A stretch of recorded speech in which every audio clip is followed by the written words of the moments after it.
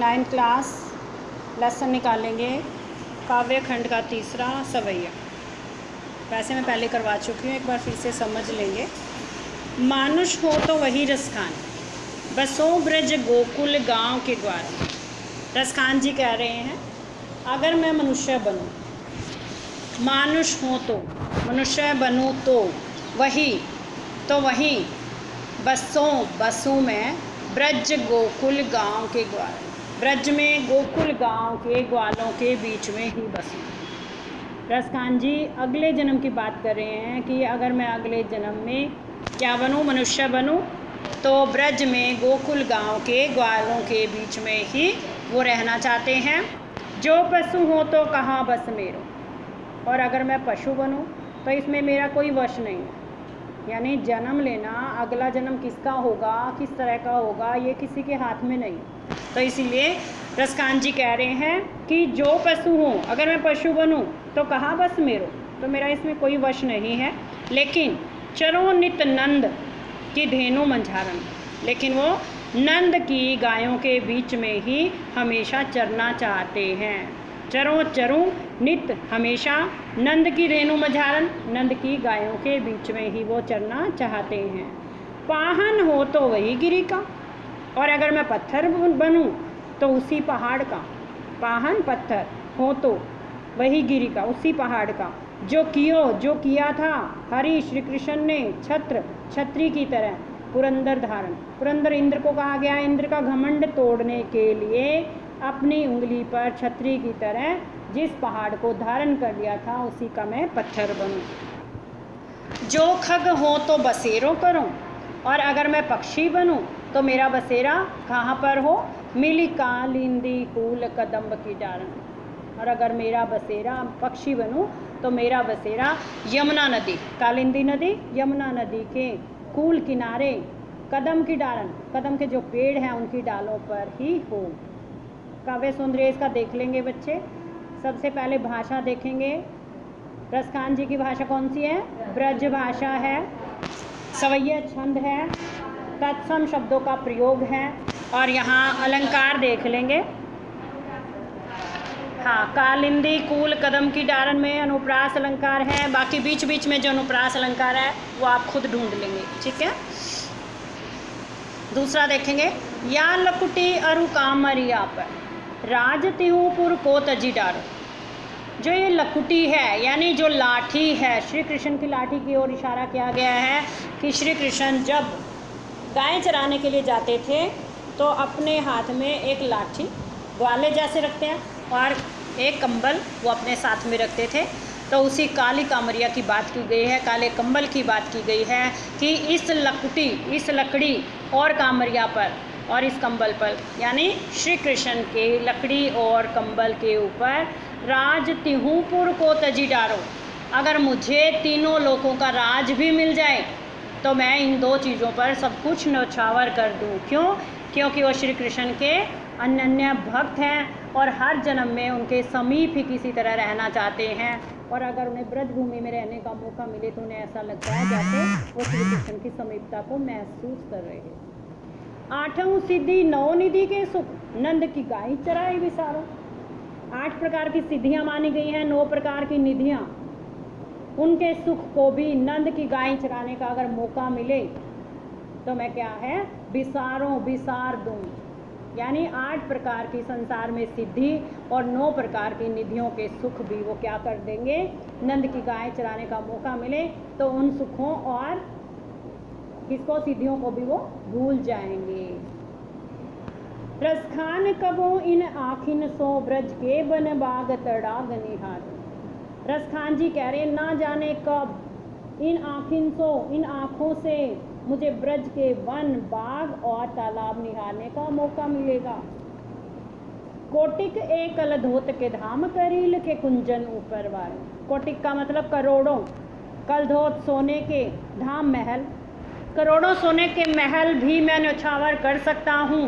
कहाँ पर? अगर मुझे ब्रजभूमि में जो करील की झाड़ियाँ हैं, करील के कुंजन ऊपर वालों, करील की जो कांटेदार झाड़ियाँ हैं, अगर वो मुझे मिल जाएं तो मैं करोड़ों सोने के महल भी उस पर न्यौछावर कर सकता हूँ। तीसरा पैराग्राफ देखेंगे बच्चे। मोर पखा सिर ऊपर राखी हूँ, गुंज की माल गले पहिरूंगी।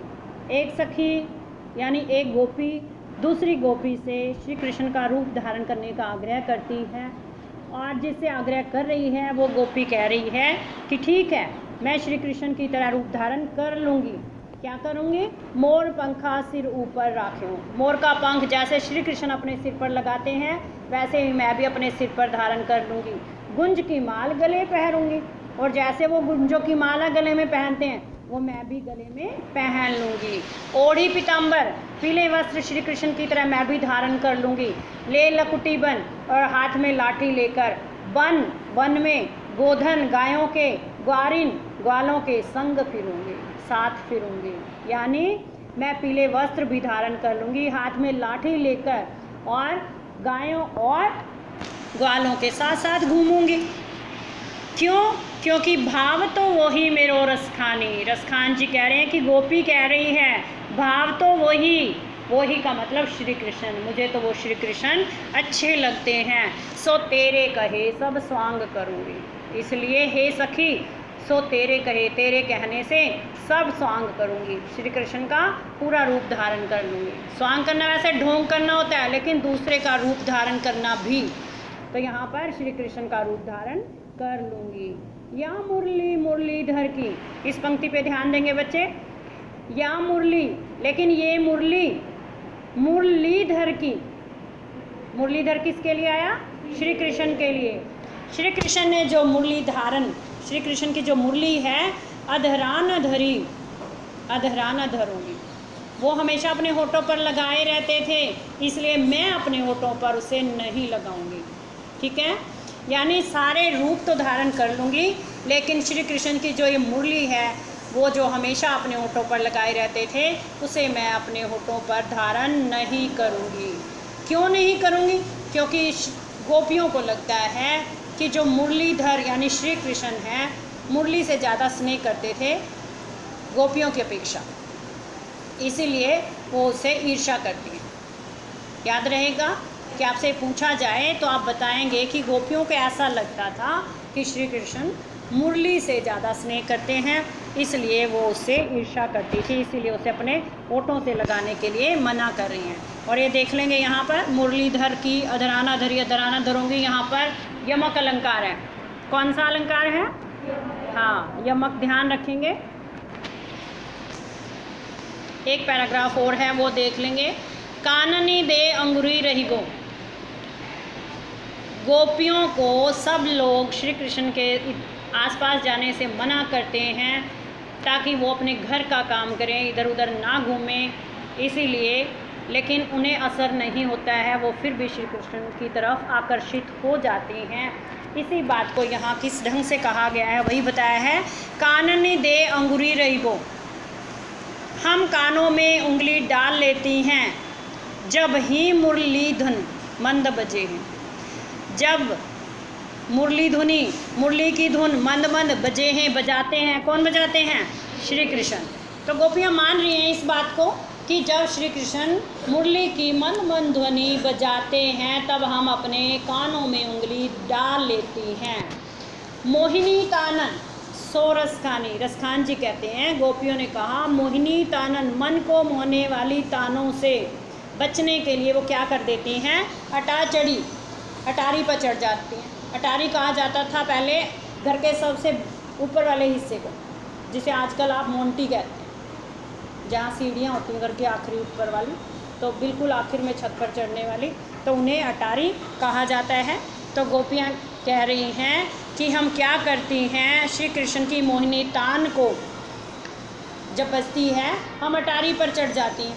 गोधन गेहे, तो गेहे गोधन कहा गया है, गायों को चराते समय ग्वाले जो गीत गाते थे उन्हें गोधन कहा जाता था। चाहे कोई गोधन गाता रहे हम वो ना सुने, लेकिन हम अटारी पर चढ़ जाती हैं श्री कृष्ण की मुरली की तान से बचने के लिए, क्योंकि वो हमारे मन को अपनी तरफ खींच लेती है। तेरी कहो सिगरे ब्रज लोगनी, पुकार कर कहते हैं सिगरे सारे ब्रज लोगनी, ब्रज के लोग। काली को कितने समझे।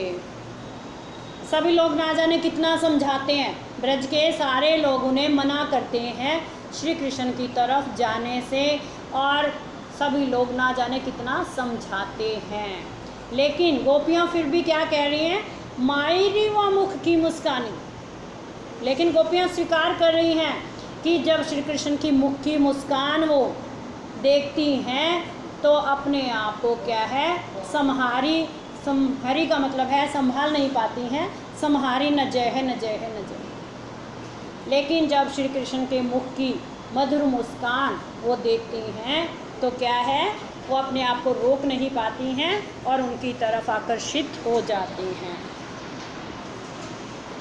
काव्य सौंदर्य पूरी कविता का वही रहेगा, मैंने पहले भी बताया है, ब्रज भाषा है, सवैया छंद है, तत्सम शब्दों का प्रयोग है, अलंकार आप खुद देखेंगे, मैंने आपको बता दिया यमक है, अनुप्रास है, जहाँ जहाँ जो अलंकार है वो आप देख लेंगे और इसे याद करेंगे।